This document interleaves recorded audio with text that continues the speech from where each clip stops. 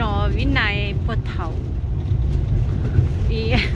เลยจำทั้งตัวเลยจำทั้งตัวย่อnó đâyตัวđêm của nó tôi sấy rồi vinnay hơn nữa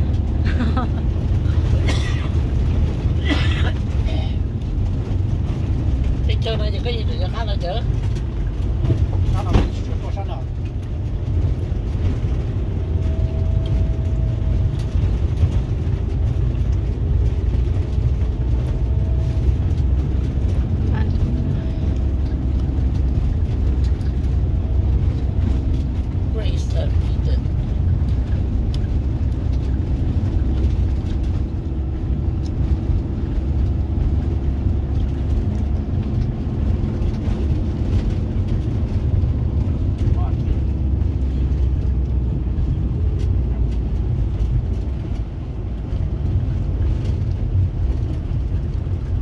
เห็นเขาเจ้าว่ามีพาดบอกอย่างไงบอกแล้วแต่เหล็กก็ไปเฮ้ยเขาไปคิดที่จักรวะแล้วแต่เหล็กสีตั้งแต่เบี้ยแม่ที่บอก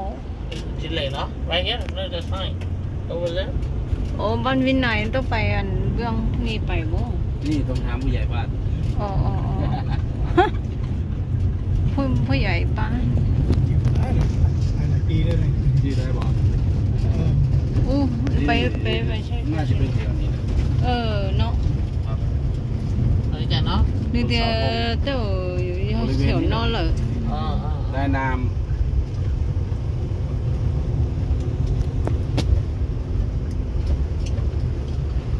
ผมว่ารงก็ไม่ตัวนี้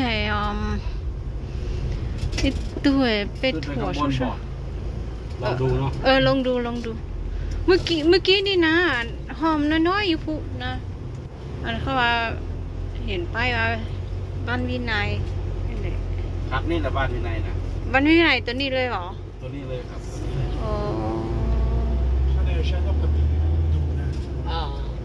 ตัวนี้ในบ้านวินัยđể trong đó họ có bao giờ mà ถามดีกว่าถามว่าจังได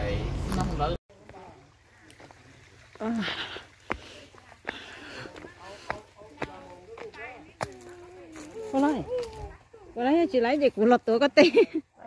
lấy nó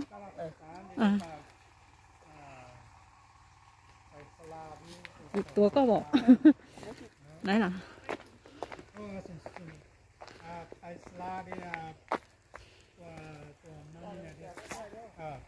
ไปสนุกนะไปเบื้องขวาเนี่ยไปเบื้องขวาไปเบื้องขวาเป็นทำไปเลยตกไปไม่มีไฟดีหลอกวัวถ้าไม่จับได้ไม่เป็นไรดูลวดหนามด้วยนะโอเคนี่ตัวเก่าหมูตัวเก่าตัวเก่าตัวเก่าอะตัวเก่าตั้งแต่พ่อใช่เนาะเป็นไม้แล้วเป็นปูนบ่แม่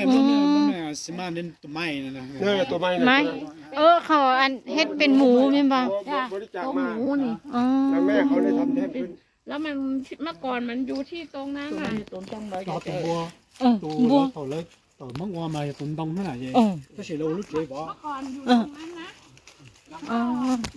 มีหลังคามุงด้วยที่ตรงนี้เป็นหลังคามุงแล้วตัวหมูนะฮะ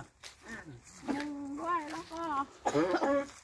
จะจุดธูปก็ได้นะคะ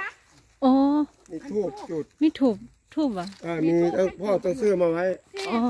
ซื้อมาไว้มีไม่ขีดด้วยสามพี่น้องอ่ะไปเซ็กก็มีด้วยสามพี่น้องสามพี่น้องนี่คนมุ่งมาจากประเทศลาวข้ามน้ำโขงมาหนีภัยไม่รีบจุดทูบก่อนนะสามพี่น้องเลยบอกว่าต่างคนต่างไปคนละทิศวัดกองหอเท่งวิธีจุดทูบได้ไหนล่ะที่นี่วัดกองหอเท่งวัดกองหอเต้งนี่เนาะจังหวัด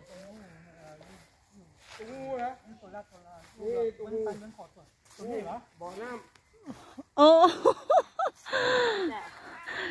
อยู่ที่จังเจ้าต้นเท่านะฮะศูนย์เป๊ะบ่คมเป๊ะยังจื้อภาษามงได้อยู่เนาะ ครับคนมุ่งพูดเขาสอนพ่อตลอดเลย อ๋อ เพราะว่าพ่อดูแลอยู่ที่นี่ อ๋ออ๋ออ๋อ ตัดหญ้าเนี่ยถ้าพ่อไม่ตัดไม่ทำเนี่ย แม่ มันจะเป็นป่าแล้ว คนมงมาหลายปะ ก็มาเป็นบางวันก็มา ปีใหม่ ที่ว่าเขา นี่ มา ค่ะ จากสหรัฐเขาก็มาคันมาถึงที่นี่แล้ว เขาบอกว่าเขาถึงบ้านนี่นะศูนย์เก่า แม่ เขาเคยมาอยู่ที่นี่ บางคนก็เกิดอยู่ที่นี่ แม่ เขาบอกว่าเขาไปพูดกับเขาก็ถ่ายวีดีโอ เออ ถ่ายอะไรจ้ะมาถึงวัดกองหอเส้ง เออ ของคุณลีซายสร้างกับคนมุ่งเรา อ๋อ ที่นี่มันเป็นวัฒนธรรมของคนมุ่งโดยตรง สมมติว่ามีตัวนี้เนาะ เป็นคนดูแลรักษาไว้ อ๋อ ดูแลไว้ ขอบใจ เนี่ย ขอบใจ นี่จอมพลวังเปล่า อ๋อ ถ้าพ่อ โอ้ มาอยู่ ตัวนี้เป็นบ่ ใช่ อ๋อ เสียตัวอยู่ที่สหรัฐใช่ไหม แม่ นี่ แล้วก็เขาจะมาทุบ อ๋อ พ่อกับแม่อยู่พ่อเลยโทรตำรวจ เออ โทรตำรวจมาเป็นรถเลยเขาวิ่งหนีไอ้หนุ่ม4 คน โอ้ ถ้าแม่ได้นะตรงทางตะวันตกมันจะเป็นรูโหว่อยู่เขาทุบ8 กองทุบแล้วยืนทุบ2 คน โน่ ไอ้คนที่3อยู่ที่นี่คนที่4อยู่ที่นั่น อ๋อเขาทุบคิดว่ามีเงินอยู่หันเดียวอ๋อขอน้อยย่อยส่วนวินัยเนอะตัวน้อยย่อยมองย่อตัวอ้วนนะเนอะแค่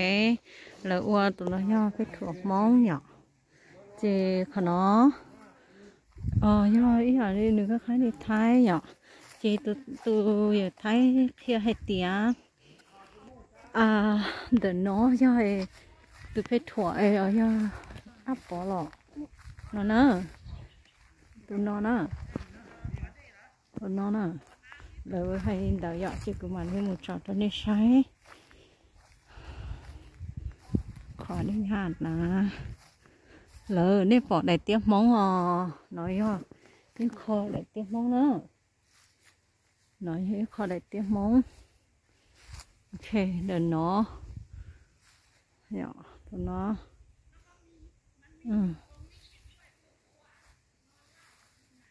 chị bây giờ mà lên chị đầu tiên nếu chỉ nhớ rồi sát tới chơi mình cả nếu bỏ chị nếu theo nếu bỏ còn nó trong có linh móng xóa có nhiều móng xóa nhỏ nếu hay biết nó do mỏ nhỏ đó nè nó chỉ do là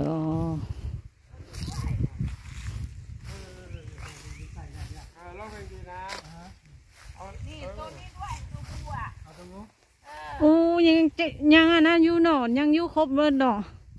ยังแต่ว่าเขาทำเนี่ยเขาลอกคลองเนี่ยเขาลอกคลองตัวนี้จะก่อนคลองเล็กๆใช่ไหมแต่ที่นี่เขาลอกคลองมันใหญ่เนี่ยนะคุณลีซายถ้าเห็นแล้วรู้เลยนี่เขาจะมานอนอยู่กับพ่อกับแม่เนี่ยว่า5 คืน 9 คืนมาอยู่ด้วยกันกินข้าวด้วยกันกับคุณลีซายเขารู้พ่อดีพ่อตาเนึกคนที่นั่นนี่แหละคุณลีซายคนที่สร้างพาคุณมุ่งสร้างตรงนี้ไม่บอกคุณลีซายแซ่ลีอยู่ภูที่ฟ้าเชียงรายแล้วแกมีเงินแกเลยมาซื้ออยู่ที่ลำพูนในบ้านแกอยู่ลำพูนแล้วเป็นคนที่สร้างนี่เนาะพาคุณมุ่งสร้างตรงนี้แหละถึง90มันมี90ทั้งหมดคนที่เคยสร้างเขาก็รู้โอเคคนนี้จะรู้ดีแม่คุณลีซายพาอันนี้เราไม่เคยมาเลยนี่คนนี้เนี่ยเขาพูดนี่รู้เลยเนี่ยเขาจำได้หมดเลยว่าหมูตัวเก่าไปได้30ได้กูได้ไหมนอนอันนี้3 พี่น้องรู้นี่3 พี่น้องคนลาวข้ามมาจากประเทศลาว3 พี่น้องแล้วก็หันหลังใส่กันต่างคนก็ไปอยู่สหรัฐประเทศที่3ไปอยู่คนละทิศร่ำรวยมาเจอตรงนี้คือพ่อเนี่ยเป็นพาคนนำเที่ยวคุ้มกับบ้านอันก็เป็นศูนย์อ้อศูนย์อ้อคนมุ่งเนี่ยคนเดียวนี่บอกว่าภาษามุ่งเก่งขนาดเลยไหม0905ทางนู้นเขารู้หมดแหละนี่ บกก็อยู่ตรงนี้ 不够有。 สนาม 中国你在你点背说， 有， 你点背都是嘛，反你正是包养。有。 我是说个都个老行啊， 只包了，没就多晒个些可能。lo xài dụ này giờ 你在了底下找我，你在底下多 để là bạn ấy thử mấy cái xài sữa mà 你在了要多偷，你在底下多偷那些，你在了嘛包了嘛搞那外了找了我什么。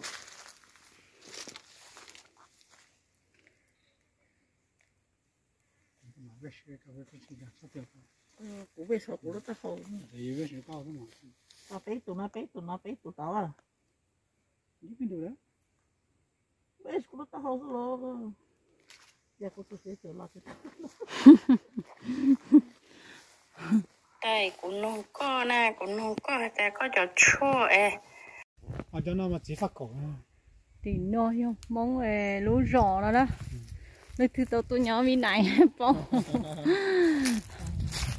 tôi thơ rồi tôi sai nếu rò vì này nữa. Thì nó chế sợ, sao nó sao sủng bé, không bé đó. Bé nhau không ó gì. Rồi tiêu, gì để thì nó không bé nữa nữa, nên là từ tôi nhớ vì này để cho nó gì. Giờ tê vào đó, tụi đen đấy gì là mua ilu không ilu à, ilu cho mong nhân đấy này à. Cho nên có đây nào lợi nhiều không chết sức không nhở. Tin đỡ tập cái thật thì tụi đen tụi nó nhỏ rồi giờ tụi đen này ní chữ nhau cố đó mà tới giờ cố lại nên thế đi không thể không. Ê, tên nó là khâu chết sức bỏ gì? Là khâu chết sức. Thì thằng này nhớ là chỉ khâu tên nó nhở. nó tàn trèo á Tên nó ba rau. Nó nữa, nó đi bỏ tụi đây nó thầu này hậu nó đó. Để cho lo cho thấy nhá là mỗi chỗ cái mông này mỗi lúc cái chỗ nồng cái lúc họ năng san đầu thì đó. cái cái khoản nó sao Họ năng san. Giờ lúc vào đi lấy tay giờ thấy nhá. Mình gặp thấy lúc vào khó đen à. Cái gì nó mà lấy khâu hậu lấy sọt để khâu mọi gì lấy đây gì lên mà phú hậu là hậu ha. Thì lúc vào cái hay cái gì lúc có cô đời. Thì nó mỗi lúc nó thì cái mà nó đã nó thế nào thì cái thời cái đào đã trên cái đào lửa lúa nó mà thế ở trên nó mà trên nó mà mất khơi nó khơi con dê như thế. Giờ cơ giờ, giờ là giờ có khâu sức gì con à?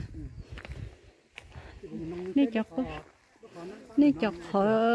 chơi nhóc cũ đó. đã chỉ nó nhớ là chỉ nó như tôi sai thế mà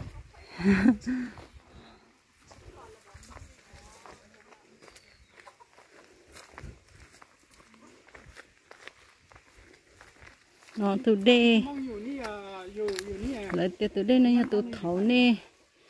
cho nhớ cho sao tới chờ wow cháu muốn miệng chơi hậu thiên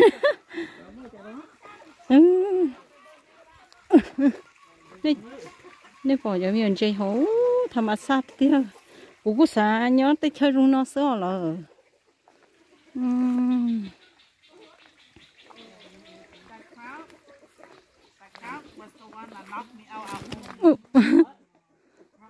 ấy là tôi không thể ta chỉ là tôi sao chỉ có vì này trong cái này này lo xe cũng dễ được chịu được nè.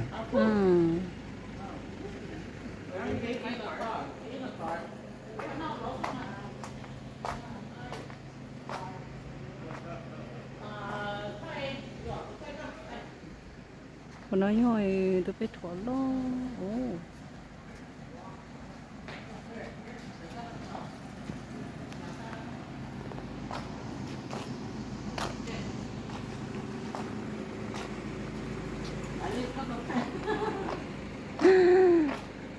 đó nào